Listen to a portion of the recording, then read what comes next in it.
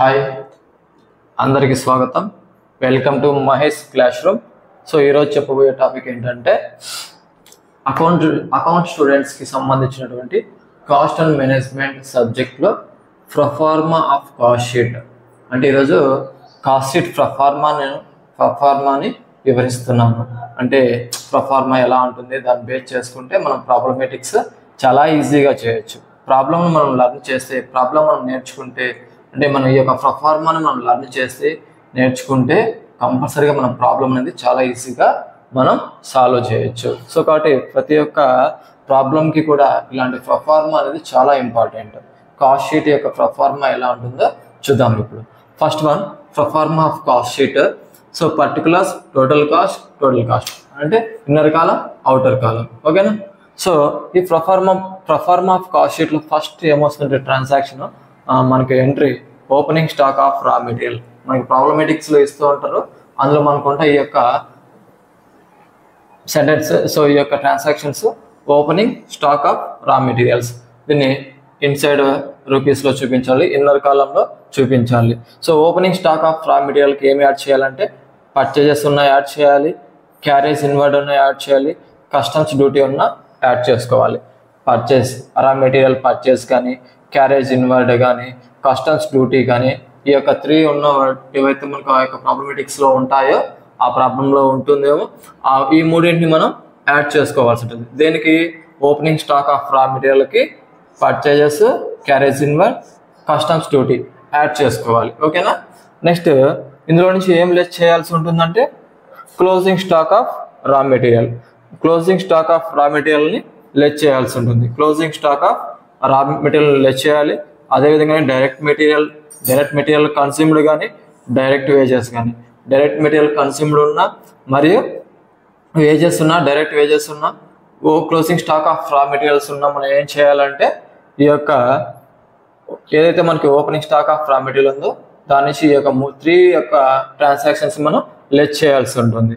First ఏం add చేసుకోవాలి? Opening stock of raw మెటీరియల్కి purchases, carriage inward, customs duty add చేసుకున్న తర్వాత ఒక వాల్యూ వస్తుంది. సో ఆ వాల్యూలో నుంచి మనం ఏం చేయాలంటే ఈ యొక్క closing stock of raw materials, direct materials consumed, direct wages. So ఈ 3 పాయింట్స్ అనేవి మనం లెస్ చేసుకోవాల్సి ఉంటుంది. లెస్ చేయగా వచ్చే వాల్యూని ఏమని పిలుస్తారంటే ఈ యొక్క లెస్ చేయగా వచ్చే వాల్యూని మనం ప్రైమ్ కాస్ట్గా అంటాం. ప్రైమ్ కాస్ట్ ఎలా వస్తుందంటే opening stock of raw material, purchases, carriage inward, customs duty ఈ 4 యాడ్ చేసుకున్న తర్వాత ఆ యొక్క ప్రాబ్లమేటిక్లో ఇలాంటి ట్రాన్సాక్షన్స్ ఏవైనా ఉంటే closing stock of raw material కానీ, డైరెక్ట్ మెటీరియల్ కన్స్యూమ్డ్ కానీ, డైరెక్ట్ వేజెస్ కానీ ఉంటే లెస్ చేయగా వచ్చే వాల్యూ మనకి ప్రైమ్ కాస్ట్, ఏ prime cost. Next second one, factory overheads. Next second step ఏంటంటే ఫ్యాక్టరీ ఓవర్ హెడ్స్. అంటే ఫ్యాక్టరీకి సంబంధించినటువంటి ఏవైనా ఎక్స్పెన్సెస్ ఉంటే మనం ఇక్కడ ఎంటర్ చేయాల్సి ఉంటుంది. ఫ్యాక్టరీకి సంబంధించినవి మాత్రమే తీసుకోవాలి. So indirect materials, indirect wages, leave wages, rent and taxes, factory rent and taxes, factory lighting, works stationery, factory gas and water, works salaries, depreciation of plant and machinery. అంటే ఇక్కడ ఏంటంటే ఇది ఎలా మనకి ఇది ప్లాంట్ అనేది, మిషనరీ అనేది మనకు అసెట్. సో అసెట్స్ మనం ఇక్కడ చూపించకూడదు కదా, కానీ ఇక్కడ ఏం చేస్తున్నామంటే depreciation of plant and machinery అంటే అసెట్స్ మీద డిప్రిసియేషన్ జరుగుతుంది మనకి, అంటే తరుగుదల.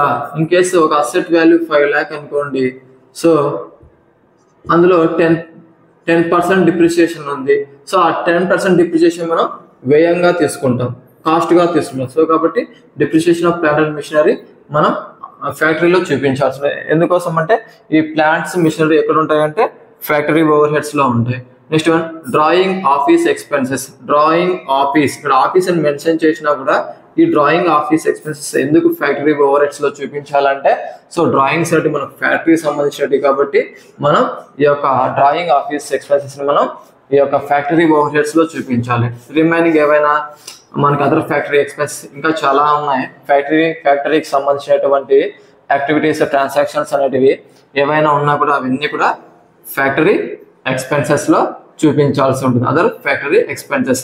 సో దీనికి మనం ఏం యాడ్ చేసుకోవాలంటే opening stock of work in progress. ఏదైనా వర్క్ ఏదైనా జరుగుతుంది ఫ్యాక్టరీలో, ఏదైనా ప్రొడక్ట్ ఇంకా వర్క్ ఇన్ ప్రోగ్రెస్ లో ఉందనుకోండి, దాన్ని మనం యాడ్ చేసుకోవాల్సింది. Opening stock of work in progress ని యాడ్ చేసుకోవాలి. సో ఈ ట్రాన్సాక్షన్స్ మొత్తం యాడ్ చేసుకున్న తర్వాత రిమైనింగ్ 2 ట్రాన్సాక్షన్స్ మనం లెస్ చేయాల్సి ఉంటుంది. అవేంటంటే less closing stock of work in progress. Closing stock of work in progress ని మనం ఏం చేయాలంటే ఈ యొక్క టోటల్ యాడ్ చేస్తున్నటువంటి ఫ్యాక్టరీ ఓవర్ హెడ్స్ ఏవైతే ఉన్నాయో అందులో నుంచి మనం closing stock of work in progress ని లెస్ చేయాలి. మరి దాంతో పాటు సేల్ ఆఫ్ స్క్రాప్. మనం ఏదైనా ఒక వస్తువును తయారు చేస్తున్న టైంలో మనకు కొంచెం స్క్రాప్ వాల్యూస్ అంటున్నాం, తుక్కు కొంచెం మనకి మొత్తం వేస్టేజ్ అవుతూ ఉంటుంది. దాని వేస్టేజ్ మొత్తాన్ని మనం సేల్ ఆఫ్ స్క్రాప్ అంటారు. సో దాన్ని మనం లెస్ చేయాల్సి ఉంటుంది. ఓకేనా? ఫ్యాక్టరీ ఓవర్ హెడ్స్ లో ఈ ట్రాన్సాక్షన్స్ మొత్తం యాడ్ చేసుకున్న తర్వాత opening stock of work in progress add చేసిన తర్వాత రిమైనింగ్ 2 లెస్ చేయాల్సి ఉంటుంది.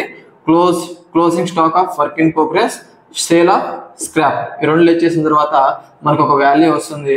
ఆ వాల్యూని ఏమని పిలుస్తారంటే work cost. Second one work cost, first one prime cost plus work cost. ఓకేనా? ప్రైమ్ కాస్ట్ కూడా ఈ వర్క్ కాస్ట్ లో యాడ్ అయి ఉంటుంది. Next third step office overheads. అంటే ఆఫీస్ కి సంబంధించినటువంటి ఏవైనా ట్రాన్సాక్షన్స్ అనేటివి ఉంటే, మనం ఓన్లీ ఆఫీస్లోనే చూపించాలి. ఆఫీస్లో తీసుకెళ్ళి ఫ్యాక్టరీలో తీసుకెళ్ళి ఆఫీస్లో చూపించకూడదు. ఆఫీస్ ఓవర్ హెడ్స్ ని ఆఫీస్ సంబంధించినటువంటి ఏవైతే ట్రాన్సాక్షన్ ఉంటాయో అవి ఓన్లీ ఆఫీస్లో చూపించాలి.